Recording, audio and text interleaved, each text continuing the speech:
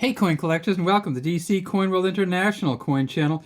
And today we're going to take a look at the 1975 US dime. All of these coins were made at the Philadelphia Mint in 1975. And that sounds kind of odd, doesn't it?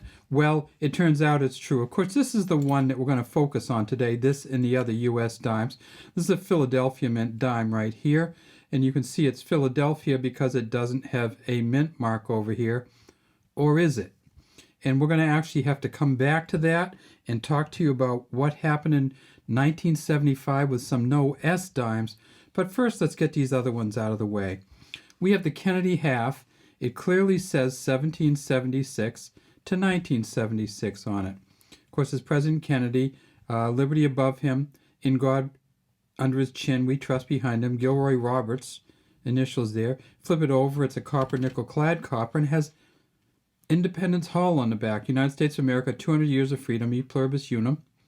And then right here it says $50, and then there's the initials right here, the SGH for the engraver. This coin was made at Philadelphia in 1975, almost assuredly. The Kennedy halves were made at the Philadelphia Mint for Philly, were made in 1975. They got way ahead of them. How do I know that? Well, they didn't make any 1975 Kennedy halves. They went straight to the 1776, 1976 bicentennials, and they skipped the $50 at Philadelphia with the year number 1975 on it. And the same is true for the quarter. No quarters were made with the year 1975 on them. They made the 1975 Philadelphia quarters with this on the front. So the bicentennial quarters from Philly were almost all made in 1975, and some were actually issued in 1975 with the drummer boy or drummer man in the back of the coin. What about that Canadian one? What the heck is that doing there? Well, that's one of my favorite stories, and that is Canada. Their economy grew so fast in the late 60s and early 70s that they didn't have enough coin production to make all of their own coins. Initially, Canada had their coins made at the Royal Mint in the United Kingdom, in Great Britain. But in the 60s, they took over their own minting, and they couldn't make enough dimes. So until at least 1976, from the mid-60s to 1976, almost all the dimes from Canada were made at the Philadelphia Mint in the United States of America. Kind of funny to be working at the Philadelphia Mint and putting out some Queen Elizabeth II Canadian dimes, but that's essentially what happened. The Canadian dime from 1975 was made at the Philadelphia Mint. What about our own dimes? Well, there we go. That's the 1975. In 1975 at Philadelphia, they made 587 million of these. And you can see this one's kind of dented down here. We flip it over, we see that it is kind of dented on the back too. It says United States of America around the top. One dime here. Olive, oak, torch, e pluribus unum across the front. This is a clad coin. At Philadelphia, they made 587 million, but they didn't make that many great ones.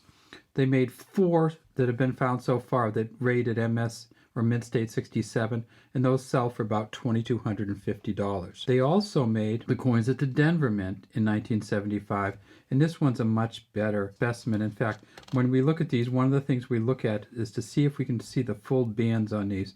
This is not, no, it's not as good as I thought. The front's better than the back, but if you have the full bands version from Denver from 1975, there's only one MS68 that has that so far, and the estimate is that's worth about $2,000+. You can see the 1975 coins didn't get great pressings on them. Almost none of them did, and 314 million of these were made in Denver. And then finally, there is the San Francisco Mint coin. I say finally because this is a special circumstance here. The San Francisco Mint coins, almost all of them, had an S on them. Some of them didn't, and that's the so-called no S proof coin. A no S proof coin from 1975, so it's a proof coin without an S on it, sold for $300,000 in 2011. $300,000. So if you could get this coin, but have it a proof coin, it's worth hundreds of thousands of dollars. But in general, the San Francisco Mint coins are not worth quite that much. They've found 310 so far of proof 70, which is the highest, the grade they can get. And those 310 proof 70 deep cameos are worth about $110 each. So look for the proof set, and you can tell you're never going to get mixed up between the proof set and a regular issue coin in 1975. And especially the deep cameos where Roosevelt just pops right off the coin, and you can just see the coloration difference there. If you see anything that looks like that, but it doesn't have a mint mark on it, then you know that you might have a $300,000 coin. If it looks like this without a mint mark on it, you know you have a Philadelphia coin. If it looks like this with a D on it, you know you have a Denver coin.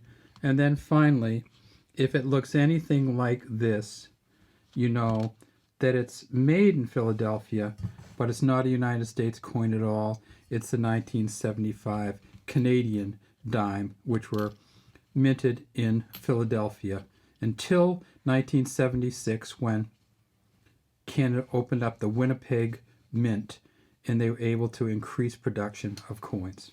All right, that's all we have today from DC Coin World International Coin Channel. We'd love to have you subscribe to our channel and leave any comments you have in the comments section.